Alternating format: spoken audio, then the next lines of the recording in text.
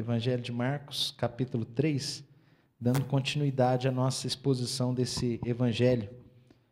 Evangelho de Marcos, capítulo 3.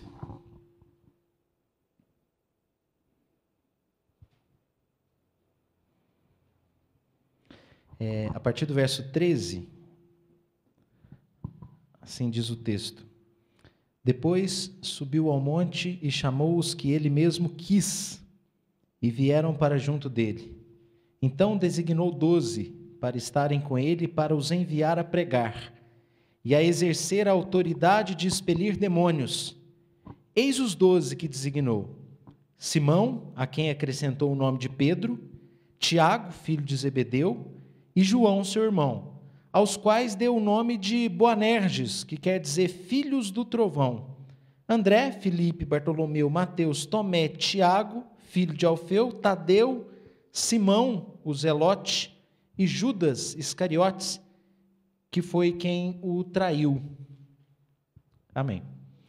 Em 2014, o reverendo Augustus Nicodemos lançou uma obra chamada Apóstolos, a verdade bíblica sobre o apostolado. Nessa obra, nesse livro, o reverendo Augustus ele faz uma apologia à ideia de que não existe sucessão apostólica. O que significa isso? Que o ministério dos apóstolos estaria restrito a essas 12 pessoas, depois completadas por Matias, que Jesus escolheu e como Judas o traiu, Matias, então, substituiu Judas, e isso foi decidido pelos apóstolos ali no capítulo 1 de Atos, trecho que nós lemos aqui no culto de hoje, que fala sobre esse assunto. Até surgiu uma frase de efeito, que diz que apóstolo bom é apóstolo morto.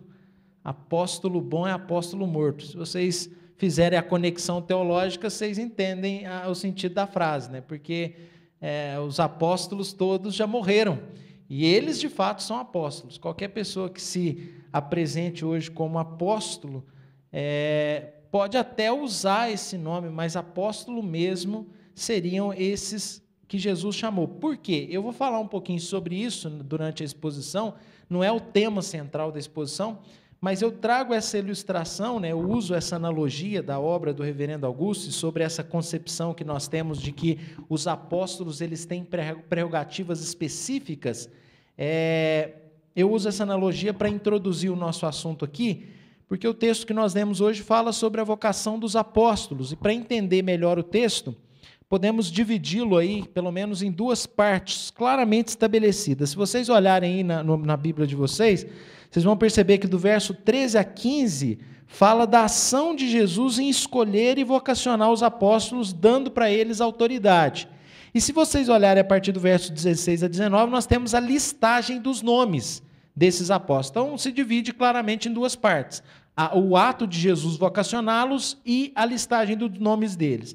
O tema que eu propus para desenvolver a nossa abordagem sobre o texto foi autoridade e escolha. Por quê?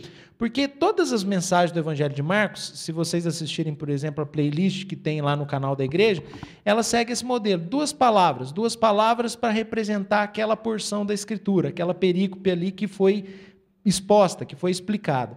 E aqui, quando eu trato assim, na verdade, quando eu olho para esse texto, as duas palavras seriam essas: autoridade e escolha. Por quê? Primeiro, a autoridade de Jesus em escolher, a autoridade e também a autoridade que Jesus outorgou a estes homens. Se você olhar o texto, existem palavras muito fortes relacionadas à autoridade de Jesus para escolher esses apóstolos. Escolheu quem ele mesmo quis. A gente vai ver um pouquinho disso com mais clareza.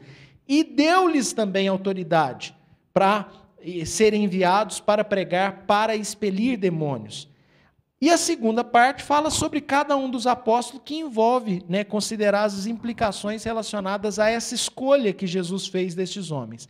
Mas vamos olhar para o texto e procurar aqui também o que é muito importante para nós, que além de conhecer essas verdades, as aplicações que essas questões, ou que as questões envolvidas nessa passagem podem ter em relação às nossas próprias vidas. Então vamos dar uma olhada no texto, primeiro do verso 13 a 15, a autoridade de Jesus e também a autoridade dos apóstolos que foi outorgada por Jesus. No verso 13, diz que ele subiu ao monte. E aí a gente começa a perceber que essa autoridade com a qual Jesus escolheu esses homens é uma autoridade fundamentada muito na questão espiritual, ou fundamentada totalmente num plano espiritual. Esse subiu ao monte, que aparece aqui em Marcos, é mais detalhado em Lucas 6, que traz essa mesma narrativa, né? Um evangelho sinótico, que a gente costuma dizer, que se acrescenta, que se junta à narrativa de Marcos. E Lucas 6 fala que Jesus passou, na verdade, a noite inteira orando. Ele tinha subido ao monte com o propósito de orar e ele passou a noite inteira orando. Então, já percebemos a autoridade espiritual de Jesus para fazer essa escolha desses nomes, né? Ele se reveste ali de uma comunhão com o Pai, ele assume a autoridade de Filho de Deus, para com toda a sua autoridade, aí você olha no verso 13, depois que ele subiu ao monte, chamou os que ele mesmo quis. É muito claro, ele chamou quem de fato ele quis. Ele escolheu ali, é a vontade dele. Eu acho muito interessante essa ênfase dada à opção soberana de Cristo. O Senhor Jesus, né? Os apóstolos não foram voluntários. E aí, pessoal, quem quer ser apóstolo? Não, ele chamou quem ele quis. Os jovens brasileiros, quando completam 18 anos, precisam ir lá se alistar, né? Se voluntariar e se prontificar ao serviço militar, como voluntários. Com os apóstolos não foi assim. Não foi uma prontificação, eles não se alistaram. Quem quer ser apóstolo? Coloca o meu nome aí. Não tem nada disso, não. Jesus chegou e falou, vai ser você, você, você, você. Quer dizer, para cada um dos 12. Não foi por vontade deles. Foi única e exclusivamente pela vontade de Cristo, que com toda a sua autoridade de Senhor, Filho de Deus, escolheu os que ele mesmo quis. Inclusive, irmãos, esta é uma das justificativas para não considerarmos a existência de apóstolos em nossos dias. Por quê? Porque uma das prerrogativas do ministério seria essa. Qual? Ter sido vocacionado diretamente por Jesus, numa escolha pessoal com base na autoridade do Filho de Deus. Por exemplo, lá em Efésios 4:11, Paulo diz para a igreja de Éfeso que ele mesmo, Jesus, concedeu uns para apóstolos. Ele mesmo, Jesus, concedeu uns para apóstolos. Uns. Então, quer dizer, são pessoas específicas que ele mesmo, o Senhor Jesus, concedeu para apóstolos. Ou, como disse Lucas, né, em Atos capítulo 1, verso 2, ele diz, até o dia em que, depois de haver dado mandamentos por intermédio do Espírito Santo aos apóstolos que escolhera. Lucas diz isso lá em Atos 1:2, aos apóstolos que escolhera. Veja que a escolha de Jesus mesmo não é uma voluntariedade, não é uma prontificação, eu quero, não. É ele que tem que querer, né? Então ele escolheu especificamente esses 12 com propósitos definidos, estabelecidos, desígnios eternos, em relação ao seu ministério, a pessoa de Cristo, em relação também à sua igreja. Esse é o motivo porque o padrão encontrado nas Escrituras Sagradas, com exceção da substituição de Judas por Matias, lá em Atos capítulo 1, que nós já lemos, não é de apóstolos escolhendo outros apóstolos. Esse não é o padrão do Novo Testamento. Apóstolos escolhendo outros apóstolos como seus sucessores. Mas quando você olha para o Novo Testamento, os apóstolos passavam nas igrejas elegendo presbíteros. Está lá em Atos capítulo 14, verso 23, diz assim, e promovendo-lhes em cada igreja a eleição de presbíteros. Depois de orar com jejuns, os encomendaram ao Senhor em quem haviam crido. Veja, promovendo em cada igreja a eleição de presbíteros. Nós tivemos aqui há 2 anos atrás, e nós lembramos essa data com muita alegria, né? Dia 28 de abril, completamos 2 anos nessa semana, elegemos presbíteros, mas não apóstolos, né? Embora o Luiz Felipe de vez em quando me manda uns áudios me chamando de apóstolo, eu não sou apóstolo. Na verdade, nós seguimos o padrão bíblico de presbíteros. Brincadeira, viu, Luiz? Mesmo no caso de Matias, por exemplo, Pedro, ali naquele texto de Atos 1, que nós já lemos aqui no culto, trata de deixar claro que era também uma escolha feita por Jesus e revelada pelo ato deles tirarem sorte. Ali no texto de Atos 1:24, que a gente leu, diz assim, ó, revela-nos qual destes dois tens escolhido. Atos 1:24. Veja Pedro falando, a escolha é de Deus. A gente vai lançar a sorte aqui para que a escolha de Deus se manifeste. Mas eles são dirigidos pelo Espírito Santo para fazer isso, e Pedro diz, mostra-nos qual dos dois que você escolheu. Então, meus irmãos, nós percebemos que a vontade, a autoridade de Jesus no que tange a sua opção soberana se manifesta claramente nesse texto. Ele escolheu quem ele mesmo quis. E chamou, né, os 12, e o texto diz aí, ainda no verso 13, vieram para junto dele. Isso também é muito interessante, né? Não há a menor possibilidade de recusa a um chamado de Jesus. Como até eu já trouxe aqui na vocação de Matias, né? A analogia de que a voz de Deus é como um imã que atrai o ferro, né? Ela atrai os homens de uma maneira irrecusável. E eu diria, irmãos, que sem desconsiderar aqui as devidas proporções, mas eu não consigo passar por esse texto, ver essa autoridade de Jesus em escolher quem ele quis, esses outros textos que falam dessa opção soberana de Jesus em relação aos seus apóstolos, e eu não consigo considerar a autoridade de Jesus nestes casos sem considerar também a opção soberana de Cristo por seus escolhidos de uma maneira geral.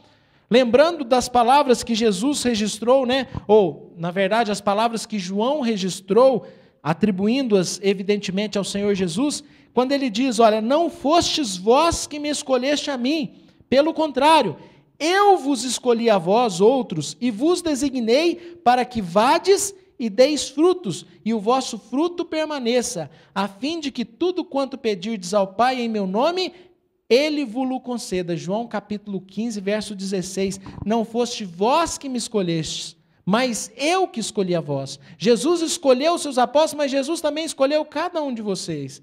Hoje nós celebramos, como o diácono Júlio mencionou na oração dele, e eu também já mencionei, né?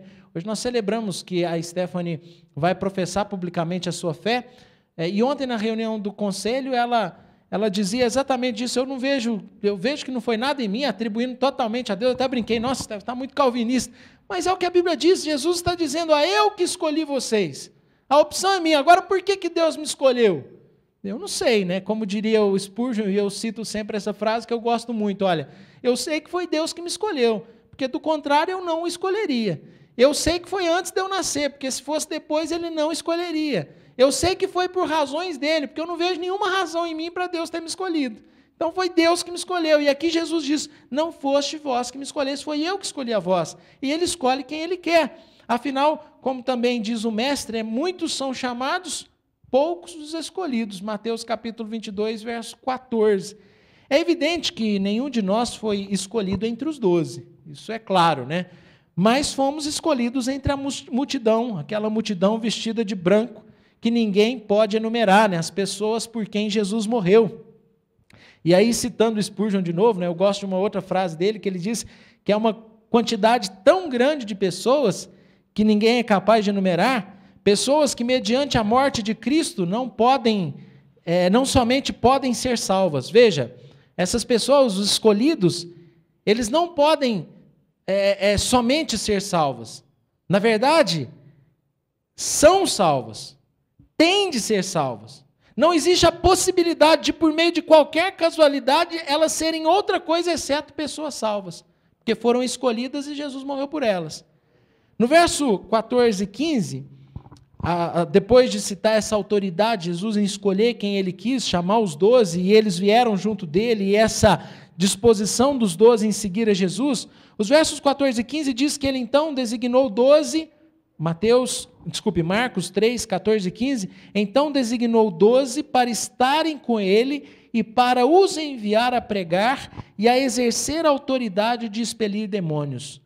Aqui é interessante, nós vemos duas designações envolvidas no ministério apostólico, conforme a narrativa aqui da vocação destes irmãos ali no passado, ali feita por Cristo e que nos é trazida por Marcos. Duas designações. Quais são elas, irmãos? Olha aí, a primeira é o quê?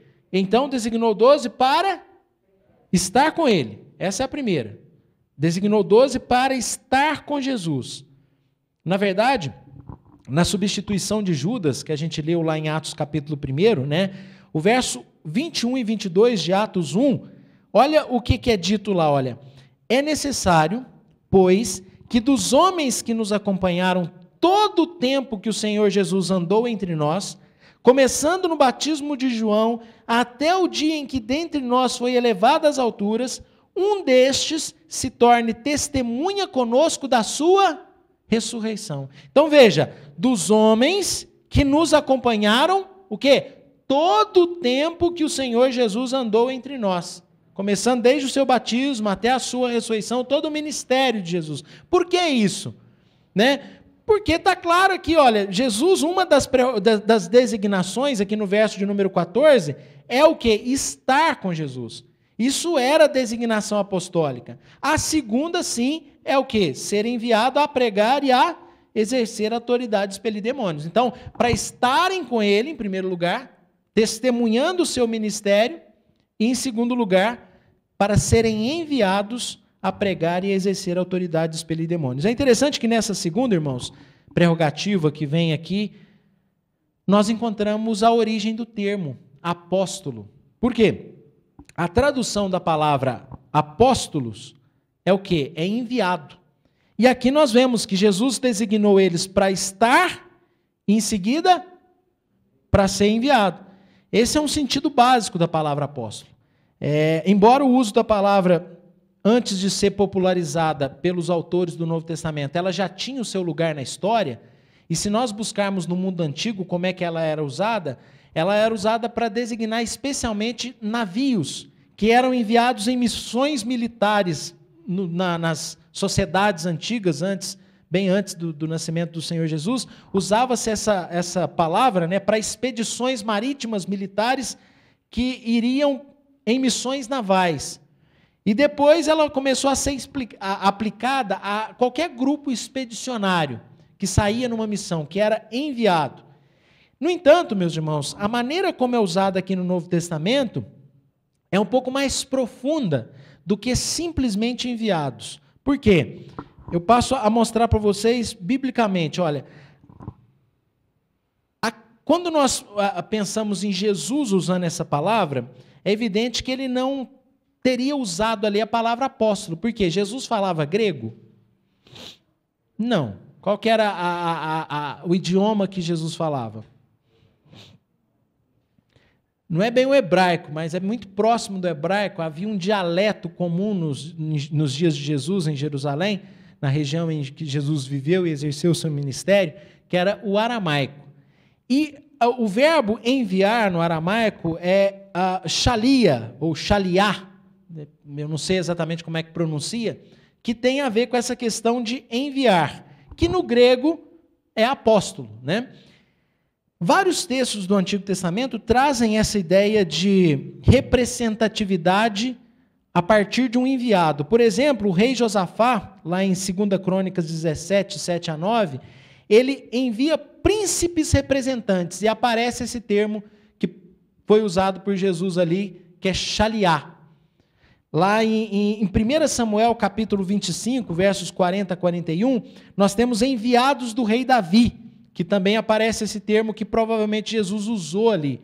Então, Jesus herda essa herança dos enviados por alguma autoridade para os representar. É interessante que Abigail recebe os enviados do rei Davi, lá em 1 Samuel capítulo 25, como se fosse o próprio rei. Isso significa, irmãos, que os apóstolos iam e se apresentariam como se fosse o próprio Cristo. E, de fato, parece que o texto de Marcos aqui procura nos mostrar duas realidades de autoridade nesse texto. A autoridade de Jesus na escolha, como eu já falei, escolheu quem ele mesmo quis, mas a autoridade que Jesus outorga a esses homens. E essa autoridade envolve a de representá-lo, e a gente vai ver em outros textos aqui, porque mais tarde essa autoridade desses homens vai se tornar ainda mais clara. Quando Jesus disse que aqueles que recebessem os apóstolos, estariam recebendo ao próprio Jesus, ou aqueles que os escutassem, estariam escutando o próprio Senhor Jesus. Marcos 9, 37, Jesus diz isso. Mateus 10, 40, Jesus diz isso. Lucas 9, 48, Jesus diz isso, dizendo então que aqueles que ouvem, que recebessem, que escutassem, os apóstolos estariam recebendo, escutando, ouvindo o próprio Jesus. O texto de Marcos 3,15 aqui diz que Jesus deu àqueles homens o poder de realizar algo que Jesus fazia, que era o quê? Expelir demônios, uma autoridade para expelir demônios, uma autoridade sobre espíritos malignos. Lucas acrescenta no seu evangelho, na sua narrativa de capítulo 6, que além dessa capacidade, né, Jesus também deu poder para eles curarem doentes. Então veja, Jesus capacitou aqueles apóstolos para o representar de fato. E nós vemos isso no Novo Testamento. Nós vemos Tiago e João subindo para o templo, e Pedro, né, Tiago e João subindo para orar, a hora nona, às 15 horas no templo, e tem alguém pedindo ajuda, pedindo uma moeda. E eles dizem, não tem prata nem ouro, mas o que eu tenho, eu te dou.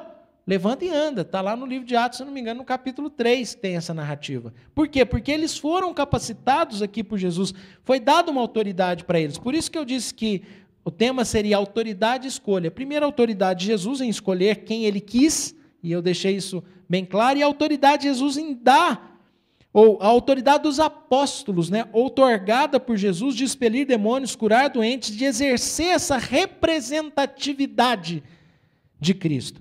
Foi do propósito de Cristo, meus irmãos, nos deixar os seus procuradores. Talvez a ideia mais próxima de nós seja essa, você passa uma procuração. Muitas coisas da igreja a gente conseguiu resolver em situações sérias, nos processos burocráticos, né, de transição dos CNPJs, porque o reverendo Davi, né, na organização da nossa igreja, me passou uma procuração para representar igrejas em algumas situações junto a entidades. Então, veja, a ideia seria de procuradores, e os apóstolos, então, eles representam Cristo. Assim como Deus enviou os profetas no Antigo Testamento, Cristo enviou os apóstolos no Novo Testamento para que nós pudéssemos ser orientados e edificados na verdade de Deus. E aí, eu acho muito interessante nós olharmos juntos um texto que Paulo escreveu para a igreja de Éfeso, Efésios, aí no Novo Testamento, Gálatas, Efésios. Depois de Gálatas, tem Gálatas, Efésios, Filipenses. Antes de Filipenses, em Efésios, capítulo de número 2, nos versos 19 a 22, nós lemos assim, olha: assim, já não sois estrangeiros e peregrinos, mas concidadão dos santos. Vocês não estão perdidos mais. Havia um propósito revelado em Abraão, que Deus realizaria por meio do seu povo. Mas vocês não estão mais perdidos, vocês não são mais peregrinos e estranhos à família de Deus. Pelo contrário, vocês são concidadão dos santos, sois da família de Deus, edificados sobre o fundamento dos apóstolos e profetas. Veja, os apóstolos e profetas são colocados juntos. Por quê? Porque Deus falou através dos profetas, Deus enviou os profetas para revelar a sua vontade, e Jesus enviou os apóstolos para revelar o seu propósito também para a sua igreja, para o seu povo. E através dessa edificação no fundamento dos apóstolos, somos então encontrados como família de Deus, sendo Ele mesmo, Cristo Jesus, a pedra angular, no qual todo o edifício bem ajustado cresce para santuário dedicado ao Senhor, no qual também vós juntamente estáis sendo edificados para a habitação de Deus no Espírito Santo. Efésios 2, 19 a 22. Quer dizer, uma edificação que tem Cristo como a pedra principal, angular, os apóstolos, os profetas como fundamento, e nós como cada um desses tijolinhos. E me faz lembrar um pouco das palavras do Arthur semana passada, que falou sobre união, comunhão, falou que cada um de nós é um desses tijolinhos, e se faltar um tijolinho entra barata. Quer dizer, na verdade, a construção fica deficitária. Todos nós temos um papel nessa construção. E é isso que nós vamos fazer hoje, né? Ao recebermos oficialmente mais um tijolinho para essa construção, que é a nossa irmã Stephanie, que daqui a pouco vai professar, vai fazer o seu compromisso público de fidelidade a Cristo e pertencimento a essa igreja que é edificada para a habitação de Deus sobre o fundamento desses nossos irmãos do passado, esses 12 homens escolhidos por Jesus. Começa a ficar mais claro como é que isso se aplica à nossa igreja, como é que isso se aplica às nossas vidas. Mas aí eu passo a apontar para os irmãos os versos 16 a 19, que é a escolha de cada um deles, né? Nos versos 16 a 19 a gente tem a listagem dos 12 apóstolos. É interessante que no verso 16 a gente pode aprofundar um pouquinho mais nessa compreensão da escolha dos apóstolos dentro de um propósito de Deus para alcançar todo aquele que nele crê. Você que está assistindo, Deus tem um propósito na sua vida. E para nós que estamos aqui, estamos juntos aqui, porque Deus tinha um propósito de alcançar todo mundo com a sua graça, todas as famílias da terra. E nós vemos isso quando o verso 16 diz, eis os 12. Já tinha falado isso, né? Que ele chamou 12 e eles vieram para junto dele. Por que 12? Por que Jesus escolheu 12, não 13? Não 14, 10? 7? Por que 12? Já ouvi ali, lá no fundo, o Luiz Felipe falando das 12 tribos de Israel. Ao nomear, ao escolher esses irmãos aqui, Jesus estava instituindo uma nova liderança espiritual em Israel. Como eu disse anteriormente, né, Deus enviou os profetas no Antigo Testamento, e no Novo Testamento nós temos Jesus enviando os apóstolos. E se pegarmos a literatura intertestamentária, o que é a literatura intertestamentária? O nome é complicado, mas é fácil de explicar. De Malaquias, que foi o último profeta, se você abrir na sua Bíblia no Antigo Testamento, o último profeta é Malaquias. Até Mateus, o Evangelho de Mateus, nós temos quantos anos ali de intervalo? Cerca de 4 séculos, cerca de 400 anos. Se você pega o que os judeus escreveram nesse período, você vai descobrir que na mentalidade deles, a geração profética, ou os profetas, tinham se encerrado, o tempo dos profetas, e aquilo que Deus revelava através dele, tinha se encerrado aonde? Em Malaquias. Para os judeus, na literatura judaica, Malaquias fechava um ciclo profético. E se você olhar no Novo Testamento, nós temos essa mesma ideia. Lá em Mateus 23, 29 a 31, nós vemos Jesus se referir ao dia dos profetas, né, como um tempo passado e fechado. Na verdade, ele está falando dos escribas e fariseus e que dizem, né, se nós estivéssemos nos dias dos profetas, nós não os mataríamos. E Jesus está questionando isso, porque eles eram hipócritas, né? E então eles se referem então ao tempo dos profetas como os dias dos profetas. Então parece que é um tempo fechado, um tempo passado. Lá em Marcos 8, 28, os profetas também são mencionados como um grupo fechado, os profetas. Né? Jesus, quando ele vai falar sobre a sua própria vida, nós cantamos aqui uma canção que nos remete a Lucas 24, que é o caminho de Emaús, e ali no verso 27, no verso 44 de Lucas 24, Jesus chama aqueles homens a pensar, aqueles 2 discípulos que estavam caminhando ali, que não perceberam que era Jesus ressurreto, ele chama a pensar na seguinte maneira: vocês não viram o que os profetas disseram sobre ele? Porque eles estavam desanimados, chorando, arrebentado, coração partido, Jesus tinha morrido. E aí Jesus começa, vocês não ouviram o que foi dito sobre ele? Porque eles não sabiam que era Jesus. Vocês não ouviram o que foi dito sobre ele, que foi crucificado? Pelos profetas? E aí no verso 44, passando pelos profetas. Veja, como um grupo fechado. E se esse grupo se fechou, se esse é o caso, se nos dias de Jesus considerava-se que o tempo dos profetas passaram, então quem que continua a revelação de Deus? Ou, através de quem Deus continuou a sua revelação? Quem são os sucessores dos profetas? Como receptores e como transmissores da vontade de Deus. Como receptores e como transmissores da palavra de Deus.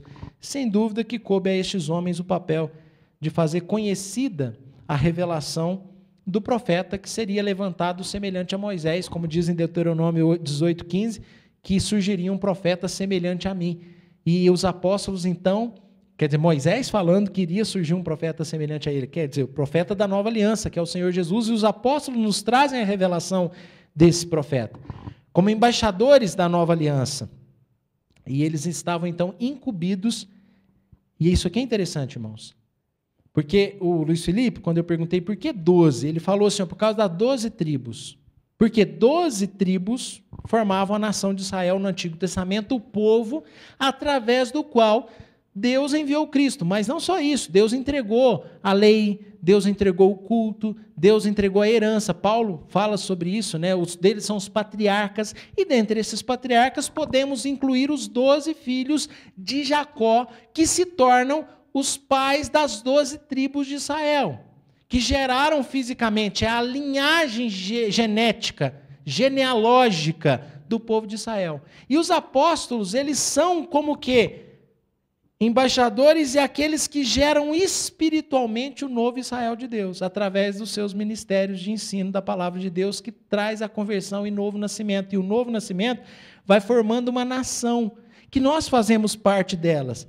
Né? Os verdadeiros filhos de Abraão, segundo o apóstolo Paulo em Romanos, são os da fé, que são gerados pelo ministério dos apóstolos. Se foram 12 os patriarcas que geraram as 12 tribos, que formaram o povo de Deus no passado, por meio de Cristo Jesus, aquela bênção prometida a Abraão em Gênesis 12, quando Deus escolhe Abraão, o que Deus falou para Abraão? Se tu uma bênção, de ti farei uma grande nação, e através de ti abençoarei todas as famílias da terra. Começa em você, mas há um propósito maior. E esse propósito maior vai se estabelecendo até o nosso Salvador Jesus Cristo, prometido em todo o Antigo Testamento, que escolhe os apóstolos que geram espiritualmente o novo Israel de Deus, que sou eu e você.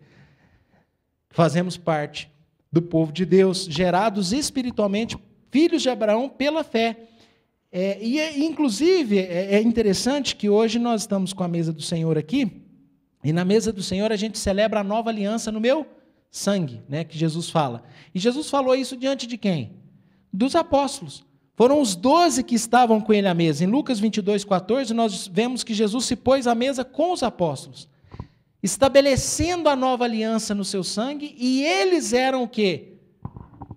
O fundamento dessa nova aliança, da formação desse novo povo espiritual. Nas palavras do próprio Jesus, nós encontramos a representação destes homens, né, como uma contraparte da nação espiritual, quando nós lemos lá em Mateus 19:28, olha o que Jesus diz, olha: em verdade vos digo, que vós, os que me seguistes, quando na regeneração o Filho do Homem se assentar no trono da sua glória, também vos assentareis em 12 tronos para julgar as 12 tribos de Israel.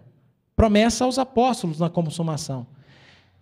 Ainda em termos de consumação, o apóstolo João, quando escreveu o livro da Revelação, o livro de Apocalipse, ele faz um relato sobre a cidade celestial, Jerusalém celestial, e ele diz no capítulo 21, verso 12 a 14, veja, tinha grande e alta muralha, 12 portas, e junto às portas 12 anjos, e sobre elas nomes inscritos, que são os nomes das 12 tribos dos filhos de Israel. A muralha da cidade tinha 12 fundamentos, e estavam sobre estes os 12 nomes dos 12 apóstolos do Cordeiro. Apocalipse 21, 12 a 14. Veja o propósito santo de Deus através da vida desses homens, que são o fundamento da nossa edificação. Em relação aos nomes, né, vamos aos nomes aqui. Essa lista aparece 4 vezes na Bíblia, 3 nos Evangelhos, 1 no livro de Atos. E nós começamos com Simão. Em todas as listas da Bíblia, Simão aparece em primeiro, né, o líder dos apóstolos, tanto em Marcos, como em Mateus, como em Lucas, como também no livro de Atos, que foi escrito por Lucas.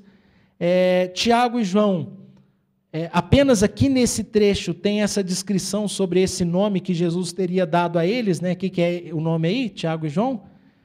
Boanerges, né, filhos do trovão. O que significa isso? Faço a menor ideia, porque nenhum outro trecho da Bíblia traz essa informação, somente Marcos que nos fala que Jesus deu o nome para esses irmãos aí, Tiago e João. Então, não dá para... Qualquer coisa é especulação, né? Com relação a Tiago, ele é o único apóstolo cuja morte é narrada na Bíblia. Lá em Atos capítulo 12 diz que o Tiago foi decapitado no tempo de Herodes. Teve a cabeça cortada por uma espada. É a única morte de apóstolo que é relatada na Bíblia. Mas todos os apóstolos, na verdade quase todos, né? 11, de Pedro a Matias, todos foram mortos por causa da sua fé.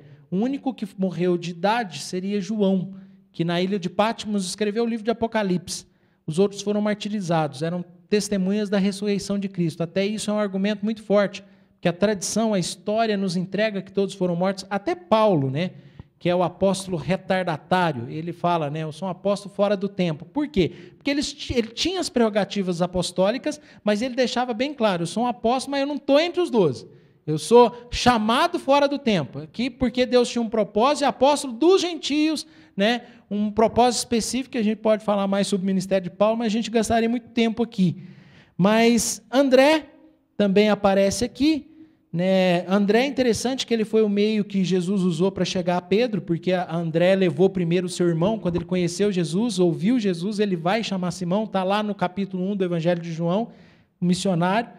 E esses 4 primeiros, meus irmãos, Simão, Tiago, João e André, eles, em todas as 4 listas do Novo Testamento, eles aparecem primeiro. Assim, pode inverter de um para outro, mas eles sempre são citados aí, embora mude a sequência dos nomes, eles sempre são citados primeiros, apontando a proximidade deles com Jesus. Quando nós lemos a Bíblia, vemos que eles eram os mais chegados de Jesus. Filipe, que é o seguinte aí, né? Filipe, segundo a tradição, ele foi casado, ele não é o Filipe evangelista. Eu até já confundi. Quem me ajudou a entender isso foi o Mateus. Mateus estiver assistindo, é o Mateus, esposo da Gabi, que numa dos nossos estudos aqui de sábado de jovens, eu estava falando de Filipe, o evangelista lá de Atos, mas não é. Aquele Filipe que aparece para o eunuco, né, e traz ali uma explicação de Isaías 53, não é o Filipe apóstolo. O Filipe apóstolo, segundo o Eusébio de Cesareia, que escreveu História Eclesiástica, lá no ano, Eusébio de Cesareia, eu não vou lembrar o ano, nos primeiros séculos, acho que é do ano 600, é um livro importante. O Eusébio de Cesareia viveu no ano 600, quer dizer, 500 anos depois, na verdade no quinto século, mas a gente considera 500 anos após o Senhor Jesus. O Eusébio de Cesareia escreveu História Eclesiástica, ele cita que Filipe era casado, teve 2 filhas, fez muitos milagres, inclusive teria ressuscitado um morto em Hierápolis. Hierápolis é uma cidade próxima de Colossos, era Colossos, Laodiceia e Hierápolis, na região do Vale do Rio Lico. Eu sei disso porque a gente já passou pela Epístola aos Colossenses. E ele foi morto crucificado e apedrejado na Palestina, o Filipe. Bartolomeu, esse Bartolomeu aqui, irmãos, é aquele Natanael de João 1. Só para refrescar a memória, o Natanael, ele foi chamado para conhecer Jesus. Aí quando ele chega perto para conhecer Jesus, Jesus fala que viu ele debaixo da figueira. Aí ele vira para Jesus e fala: o Senhor é o meu Deus, o meu Senhor, o meu Rei. Você fala: o que é isso? Só porque Jesus falou que viu ele debaixo da figueira? Mas provavelmente é porque, isso está lá em João 1, vale a pena ler, porque é muito interessante, mas provavelmente porque debaixo da figueira é um local onde os israelitas costumavam ficar pensando na vida, e ele estava pensando em alguma coisa lá debaixo dessa figueira, e o Bartolomeu é relacionado com o Natanael, nos nomes aí, sempre ele é associado a Natanael, foi esfolado vivo. Mateus, a gente já passou por ele, é o Levi, era cobrador de impostos, queria ficar rico, traiu a nação para ficar rico, depois teve que reavaliar suas prioridades quando Jesus o chamou e se tornou evangelista, se tornou apóstolo. Veja, irmãos, gente como a gente, que tem que uma hora parar na vida, reavaliar a prioridade, o que é o mais importante, o que não é, gente como a gente, mas que Deus usou de uma maneira especial, e gente simples, muitos deles, o Mateus mesmo, que entraram para a história, que Deus, quer dizer, estão na história mais do que autoridades que ficam para trás porque não têm temor a Deus, e Deus teve algo especial na vida desses homens. Tomé, está citado aí, Tomé, como é que a gente conhece Tomé? Acreditou na ressurreição de jeito nenhum. Então, às vezes, a gente fica aí com as nossas dúvidas, né, os nossos questionamentos. Gente como a gente, irmãos. Tomé ali, ó, se eu não ver, se eu não pôr o dedo, ele fala isso. Se eu não enfiar o dedo na ferida, eu não vou acreditar. E depois Jesus aparece para Tomé. Veja, irmãos como a gente, que tem a incredulidade, que tropeça. Tadeu é interessante, porque Marcos e Mateus citam Tadeu. Lucas fala de Judas, filho de Tiago. O apóstolo João, também lá em João 14, 22, fala de Judas, dizendo que, caracterizando ele como não o Iscariotes. A teoria é que Mateus e Marcos tenham preferido chamar o Tadeu assim para não confundir com o Judas Iscariotes, que ele tinha essa designação. É igual o Bartolomeu e o Natanael, às vezes são 2 nomes, às vezes são os nomes mudos. Por exemplo, Tiago, em inglês, como é que é Tiago? Em inglês, vocês sabem? Associada a qual nome? James. Veja que diferença, Tiago para James. Então tem nada a ver uma coisa com a outra, né? William, né? Guilherme. O que tem a ver? Por último aqui, Simão o Zelote, segundo a tradição, desenvolveu o ministério no Egito. A tradição afirma que ele teria sido cerrado pelo meio. Judas, todos os evangelistas terminam com essa observação sobre Judas, né? Que foi quem o traiu. Lá em Atos nem é mencionado, porque já tinha morrido. Irmãos, conclusões, aplicações, encerrando a nossa exposição bíblica nessa manhã. Primeira, eu já apontei anteriormente, mas eu gostaria de enfatizar novamente. Assim como Jesus escolheu os apóstolos com um propósito específico, ele também nos escolheu. Escolheu quem ele quis, não para sermos apóstolos, porque são apenas 12, mas para sermos, como ele mesmo diz em João 15:15, seus amigos. No versículo 15 ele fala, já não chamamos servos, mas os chamamos amigos. Os chamo de amigos. Não foste vós que escolheste a mim, foi eu que escolhi a vocês. Assim como os apóstolos foram escolhidos, nós também fomos. Ele nos escolheu e nos designou para que possamos dar frutos e o nosso fruto permaneça. João 15, verso 16. O nosso fruto permaneça, para que nos amemos uns aos outros. João 15, verso 17. Você foi escolhido para dar fruto para Deus e para amar uns aos outros. Então, Stephanie, você foi escolhida para dar fruto, você está dando fruto. E nós chamamos, e que você nos ame, que a igreja se ame, porque esse é o propósito de Deus para nós.